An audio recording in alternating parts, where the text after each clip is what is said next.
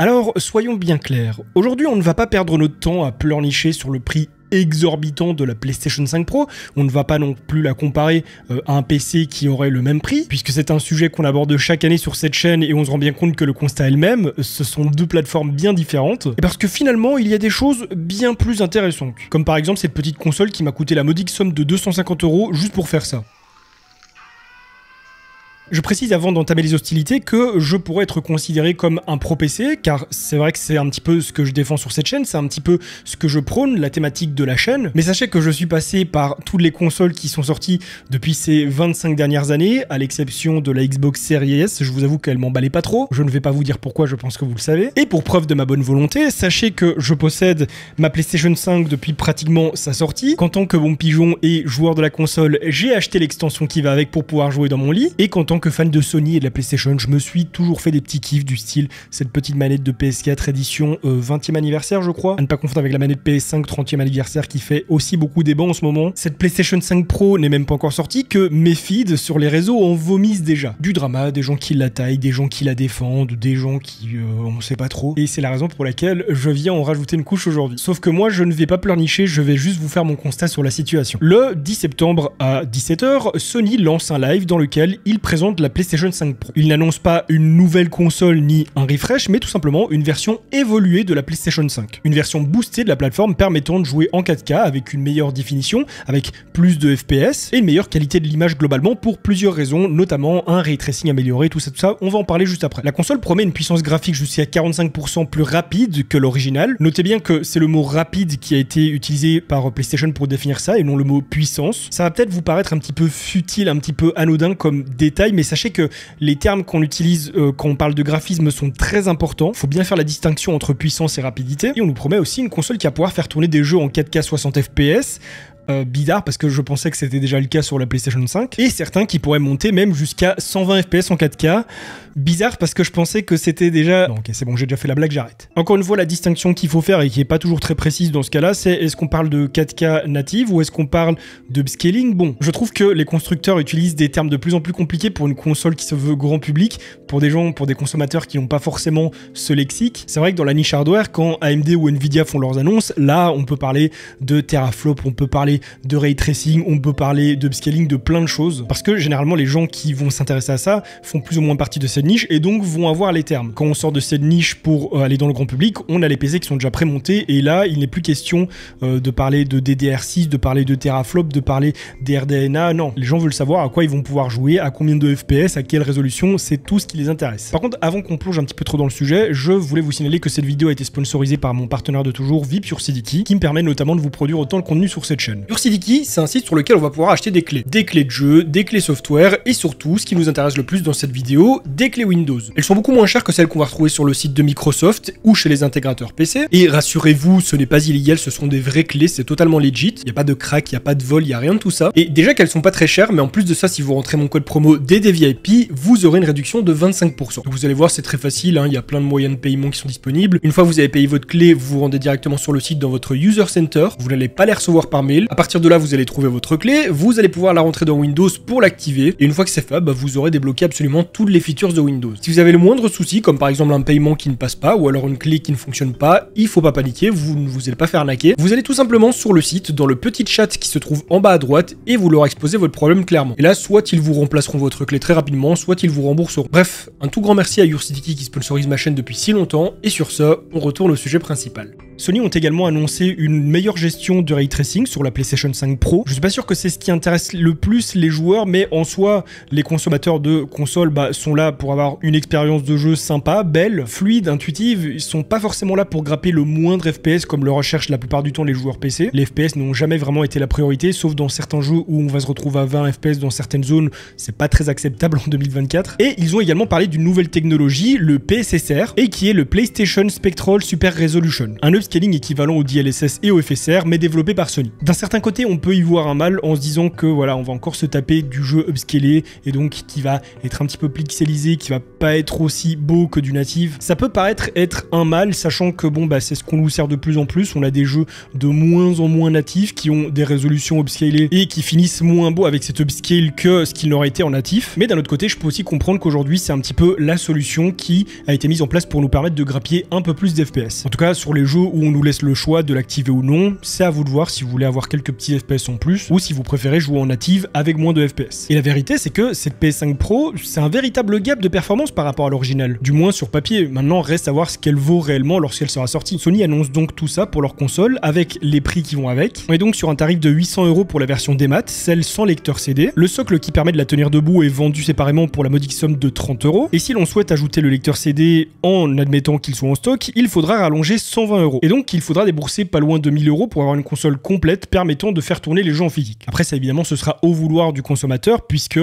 c'est vrai qu'aujourd'hui, il y a de moins en moins de monde qui utilise le physique parce que c'est plus facile d'acheter en ligne, parce qu'il ne faut pas se déplacer, parce qu'on peut aussi avoir les jeux directement le jour où ils sortent à minuit. Généralement, on peut déjà télécharger le jeu et y jouer. Or que c'est vrai que souvent en physique, il va falloir aller le chercher le lendemain parce qu'il n'y a pas toutes les boutiques qui acceptent de le vendre la veille. Mais du coup, c'est un gros prix. C'est vraiment un très très gros prix. C'est à ce jour la console qui coûte le plus cher. Ça semble un petit peu logique puisque c'est également la toute dernière, la toute nouvelle. On a eu la PS3 qui a coûté un fameux paquet à l'époque et puis Sony se sont un petit peu ravisés, mais voilà, je trouve ça plus ou moins normal qu'une PlayStation 5 Pro coûte plus cher qu'une PlayStation 4 par exemple, et même qu'une PlayStation 5, mais c'est vrai qu'il y a un sacré écart entre les deux. Et bon, bah ce qui se passe actuellement, c'est que sur tous les réseaux, il y en a qui défendent le prix, il y en a qui le défoncent complètement. La console fait vraiment un boucan de malade depuis qu'elle a été annoncée. Il y a des mecs qui ont fait 10 vidéos dessus alors que ça fait même pas un mois qu'elle a été annoncée. Ils suivent vraiment tout le buzz qu'il y a autour jusqu'à la dernière goutte, c'est un truc de fou. Et on peut dire que c'est un petit peu ce que je fais aussi en ce moment. Je vous dis pas que je vais en sortir 10 moi, mais voilà, j'en profite aussi un peu. Mais quoi qu'il arrive, Sony s'en fout complètement, s'en fout éperdument, et pour preuve, ils en vendent déjà alors qu'elle n'est même pas encore sortie. Il y a quelques jours de cela, ils ont vendu une édition collector qui rappelle les couleurs de la PlayStation 1, c'est donc ça la version 30e anniversaire. Il me semble qu'elle coûtait quand même pas mal plus cher que l'édition de base, mais bon, on avait tout un bundle avec, il y a même, je pense, cette console-là, enfin cette extension qui était vendue aux couleurs de la 30e anniversaire. Et évidemment, ça aussi, ça a fait un énorme drama puisqu'il y a plein de scalpers qui se sont rués dessus, qui ont niqué tout le monde et qui la revendent actuellement sur eBay à des prix allant de 3000 à 6000 €. Et quelques autres petits trolls qui m'ont fait bien rire. Bref. Énormément de choses sur cette PS5 Pro, beaucoup de drama, alors que elle n'a même pas encore mis le pied dans un seul foyer. Enfin, du moins, pas dans le grand public. Mais là où mon attention à moi s'est portée, c'est surtout les comparatifs qui ont été faits le lendemain même de son annonce avec des PC. C'est-à-dire que ce soit sur YouTube, sur Twitter, sur Instagram, TikTok, peu importe, il y a des gens qui faisaient déjà des comparatifs en disant voilà, pour 800 € vous pouvez avoir un PC, pour avoir un PC équivalent aux performances d'une PlayStation 5 Pro, il faudra débourser autant, alors qu'au final on ne sait même pas encore réellement ce qu'elle a dans le ventre. On a vu quelques petites performances sur papier, mais ça s'arrête là. On a des chiffres certes, mais des chiffres on nous en balance toujours plein, et au final c'est juste de la spéculation. Et donc bah moi je vais vous donner mon avis sur la situation pour ceux qui voudraient savoir ce qui est le plus avantageux à prendre l'un ou l'autre. Mais comme je l'ai dit en début de vidéo, mon objectif n'est pas de faire un versus, n'est pas de les mettre en confrontation pour vous dire voilà, achetez plutôt un PC ou achetez plutôt une PS5. Le choix au final il est défini surtout par votre mode de consommation, par les jeux auxquels vous allez jouer, par l'écran que vous possédez ou dans lequel vous voudrez investir, et également par vos moyens, parce que ce soit une PS5 ou une PS5 Pro, l'équivalent en PC on peut toujours le faire, même si ça va toujours être un petit peu plus cher, mais le mode de consommation, l'expérience, l'utilité ne sont pas du tout les mêmes. Donc pour commencer, ce qu'on va faire, c'est qu'on va prendre toutes les informations qu'on a sur la PlayStation 5 Pro. De ce qu'on sait pour le processeur, on sera toujours sur de l'AMD Zen 2, donc rien de nouveau par rapport à l'édition standard, hormis peut-être quelques fréquences un petit peu plus élevées sur le processeur, de ce que je lis. Concernant le processeur graphique, c'est un petit peu flou par rapport à ça, je vous avoue que je fouille un petit peu partout, je trouve rien de vraiment clair, parce qu'à un moment ça parlait de RDNA 3, à un moment ça parlait de RDNA 4, et au final de ce que j'ai cru comprendre, on est plutôt sur une sorte d'hybride entre RDNA 3 et RDNA 4, parce que RDNA 4 n'a pas été officialisé, même si pas mal pensaient que du coup la PlayStation 5 servirait justement à AMD d'officialiser justement RDNA 4. Mais ça c'est le point encore encore un peu flou et j'ai fait des recherches sur des sites français et anglais et c'est sur les sites anglais que j'ai retrouvé le plus d'infos, mais je suis pas sûr d'avoir tout compris. Donc s'il y en a parmi vous qui ont de vraies infos, n'hésitez pas à me les balancer dans les commentaires, c'est assez important pour le coup. Sony précise que voilà, on sera sur un GPU qui sera vachement plus performant. Concernant la mémoire vidéo, on sera sur du 16 Go en GDDR6, pareil que pour la PlayStation 5 originale. Pour le stockage, on sera sur du 2 Tera en SSD contre 1 Tera pour l'original. Reste à savoir maintenant si Sony utilise le même SSD mais avec plus de mémoire de stockage ou s'ils sont passés sur quelque chose avec de meilleures vitesses. Et pour finir, la console embarque du Wi-Fi 7. Alors, c'est très marketing mais à la fois très intéressant. Je peux vous assurer que sur PC, si vous avez la fibre, on voit déjà bien les différences entre chaque norme de Wi-Fi. J'ai pas du tout les mêmes débits quand je suis en Wi-Fi 5 et en Wi-Fi 7. Maintenant, reste à savoir si avec les serveurs pourris de Sony, ce serait intéressant d'avoir du Wi-Fi 7 parce que je peux vous dire que même avec le Wi-Fi 6, les téléchargements étaient parfois plutôt longs. Et pourtant, j'ai la fibre et je me suis amusé à ouvrir les ports qu'il faut et tout. Ça a pas changé grand chose. Donc, on a une console qui, sur papier, promet pas mal de choses en vrai. Hein. C'est sûr qu'on n'est pas sur un PC avec un i9 14900K et avec une 4090, mais voilà, on parle quand même d'une plateforme qui coûte plus de 3000 € pour avoir des performances comme celle-ci, qui ne va pas servir qu'à du jeu, mais aussi à de la création, à du développement. On n'achète pas un 14900K et une 4090 que pour jouer à des jeux. Donc forcément, c'est pas des performances comme celle-ci qu'on va attendre de la part d'une PlayStation 5, même si elle coûte 800 €. Le prix de la console est certes assez abusé. Même si on franchit un cap de performance par rapport à l'original, ça fait quand même une énorme dépense pour une console qui s'adresse au grand public. On n'est pas sur un outil de travail, on n'est pas sur quelque chose de professionnel, on est sur une console. Là où je peux rejoindre certaines personnes qui défendent le prix, c'est que c'est vrai que même si on s'attend pas à avoir des consoles qui coûtent aussi cher, bah oui, il y a une amélioration de l'hardware dans cette console. PlayStation ne peut pas monter autant les performances sur plusieurs facettes différentes en vous montant le prix seulement de 50 ou 100 €. Et surtout, la question qu'il faut se poser, c'est est-ce qu'on a réellement besoin d'une console qui fait tourner des jeux à aussi haute résolution et avec autant d'FPS? Parce que, comme je le dis, ce que sort Sony là, c'est pas une nouvelle console, c'est juste une version boostée, c'est juste quelque chose de plus puissant. Donc, si c'est peut-être trop cher pour vous et que vous pensez que vous n'allez pas forcément avoir besoin d'autant, rien ne vous empêche de vous positionner sur la PlayStation 5 standard et de bénéficier certes de performances un petit peu réduites, enfin pas mal réduites même, mais pour des jeux qui finalement n'ont pas forcément besoin d'être overboostés. Je peux comprendre dans des milieux comme l'e-sport où les gens veulent un maximum de FPS, tout ça, mais ici pour du jeu vidéo de salon, est-ce qu'il y a réellement besoin de grappiller autant les FPS? Après évidemment ça c'est quelque chose de très subjectif, hein. Ce n'est que mon avis à moi, je ne suis pas en train de vous dire quoi faire, mais du coup c'est aussi un petit peu le message de Sony quand il déploie plusieurs consoles comme celle-ci, plusieurs versions. La version standard s'adresse à ceux qui veulent jouer à des jeux PS5, la version Pro s'adresse à ceux qui veulent jouer à des jeux PS5 avec vraiment le must en termes de graphisme sur le meilleur écran avec la meilleure fluidité et qui sont également capables d'y mettre le prix. Ça malheureusement c'est l'industrie, c'est le commerce, c'est le marketing, c'est comme la différence de prix qu'on aura entre une Audi A3 et une Audi R8, elles sont pas faites pour le même type de consommateur et surtout, certes, si tout le monde avait l'argent, tout le monde aimerait avoir une Audi R8, mais bon, malheureusement, pas tout le monde peut se la permettre. Donc oui, forcément, Sony prennent les clients pour des vaches à lait parce que c'est un petit peu leur but. Eux sont là pour vendre, ils sont pas là pour faire brûler la passion en vous. Tout comme Nvidia sont pas là pour vous faire plaisir quand ils vous vendent des cartes graphiques, c'est pour s'en mettre plein les poches. Et bon, malheureusement, l'industrie console et PC montre depuis plusieurs années que des gens sont prêts à acheter, peu importe le coût. Certains ne peuvent absolument pas le faire quoi qu'ils fassent et d'autres ne devraient pas le faire parce que ça les fout un petit peu dans la merde, mais le font quand même. Et ça, tout le monde l'a bien compris. Et pour preuve, comme je l'ai dit tout à l'heure, la console se vend déjà alors qu'elle n'est même pas encore sortie. Il y avait 12 300 PlayStation 5 Pro édition 30e anniversaire.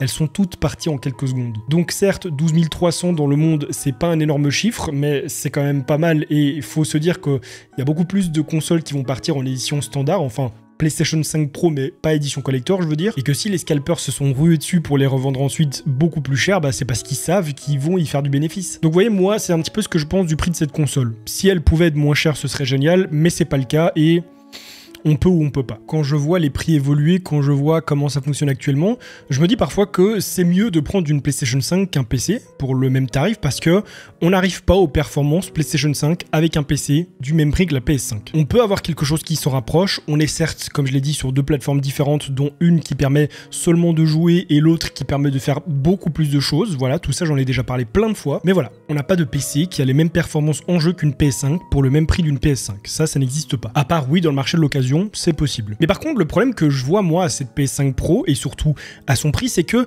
on est sur quelque chose de très élitiste qui se veut un petit peu la console du pro, vous voyez. Et je dis pas ça parce qu'elle s'appelle la PlayStation 5 Pro, mais parce que c'est une PlayStation 5, mais qui performe mieux que la PlayStation 5. Et on peut même se poser la question de est-ce qu'on peut pas faire un PC qui équivaut aux performances d'une PS5 Pro pour ce prix-là? Enfin, du moins quelque chose qui s'en rapproche quand même pas mal. Parce que oui, il y a une évolution de performance entre PS5 et PS5 Pro, mais est-ce qu'elle vaut réellement 300 €? Est-ce que ça vaut vraiment la peine d'investir autant? Moi, par exemple, pour être tout à fait honnête avec vous, actuellement, j'ai ma PlayStation 5, je joue parfois avec, j'ai mon PC, je joue plus souvent avec, et bah, vous voyez, j'ai absolument aucune envie d'acheter cette PS5 Pro parce que je me dis...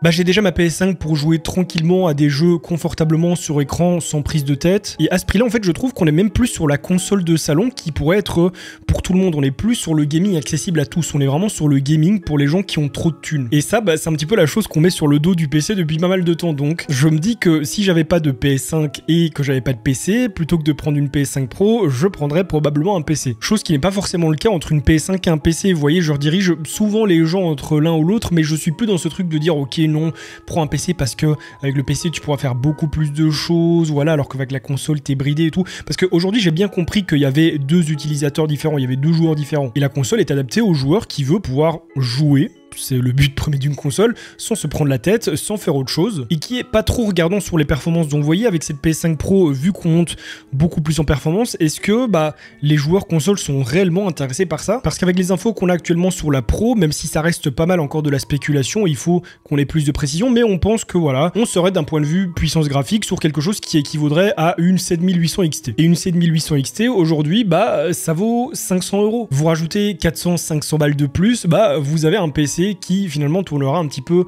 comme une PlayStation 5 Pro, enfin du moins de ce qu'on en sait pour l'instant. Et donc vous voyez, bah moi ce qui me chiffonne en fait avec le prix de cette console, c'est pas forcément le prix en lui-même, mais c'est plus la différence de prix qu'on va avoir entre les deux, qui est quand même, on va se le dire, assez indécent, hein, de passer d'une version normale à une version Pro et avoir vraiment cette marge entre les deux. Il me semble qu'il y avait peut-être 100 € d'écart entre la PS4 et la PS4 Pro. Et c'est ça le problème que ça crée, c'est que la PlayStation 5, il n'y avait pas moyen de faire équivalent pour le même prix avec un PC.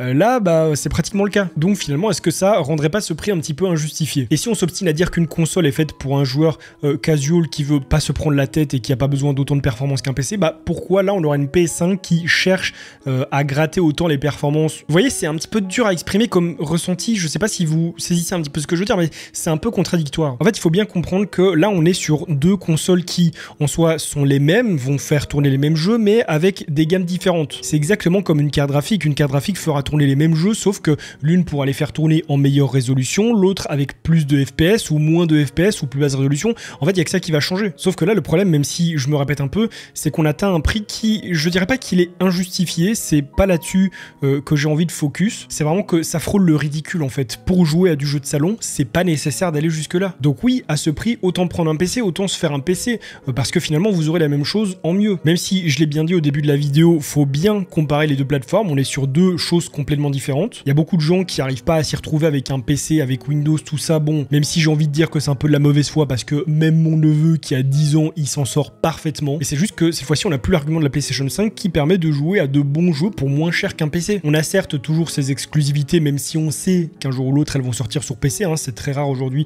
d'avoir une exclue qui le reste. Les exclus Sony finissent sur PC peut-être un an ou deux après. Bon, sur Xbox, on a quoi? On a Halo, mais...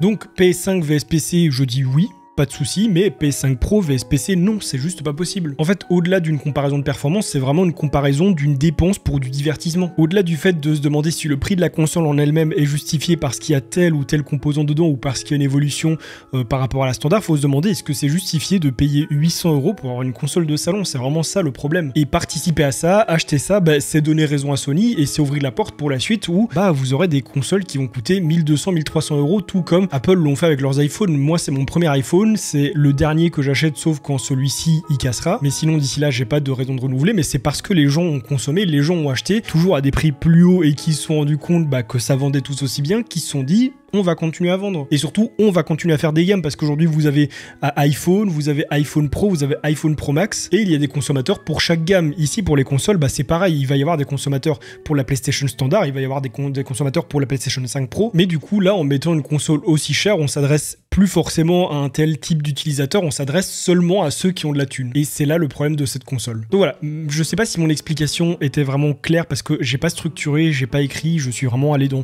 tous les sens. Mais pour ceux qui se posent la question, non, une PlayStation 5 Pro ne vaut pas un PC au même prix. Si pour la PS5 standard, j'ai fini par être d'accord, même si son prix a pris 50 € en cours de route, ici, je suis pas d'accord du tout. Parce que non seulement je trouve que c'est ridicule de payer autant pour une console de salon, mais en plus, c'est probablement ouvrir une porte pour des prix encore plus faramineux dans le futur. C'est quelque chose qu'il ne faut pas alimenter aussi bien dans le marché de la console que dans le marché du PC, dans le sens où il y a certaines gammes de composants auxquels il ne faut pas trop toucher, vers lesquels tout le monde ne doit pas aller parce que ce ne sera pas utile pour tout le monde, mais aussi parce que si tout le monde achète, bah ça va continuer à être de pire en pire en fait. Si n'importe quel consommateur lambda se rue sur des i9 et sur des 4090, bah on va plus nous servir que ça, et bon bah comment on va faire pour payer la suite? Bref, en tout cas c'était mon avis sur la chose, n'hésitez pas à me donner le vôtre dans les commentaires. Je sais pas si beaucoup de gens seront arrivés jusqu'à ce stade de la vidéo parce que je suis vraiment parti dans tous les sens, j'ai réfléchi à mon sujet mais je ne l'ai pas écrit, mais pour le coup ça m'intéresse vraiment d'avoir vos avis dans les commentaires. En tout cas si cette vidéo vous a plu, je vous invite à la liker et à la partager pour me soutenir. Si vous voulez voir davantage de mon contenu, je vous invite à cliquer sur l'une des deux vidéos qui s'affiche juste ici à côté de moi, et si vous voulez vous abonner à ma chaîne, ça se passe juste ici sur le petit bouton. Sur ce, on se retrouve très bientôt pour une nouvelle vidéo, en attendant portez-vous bien,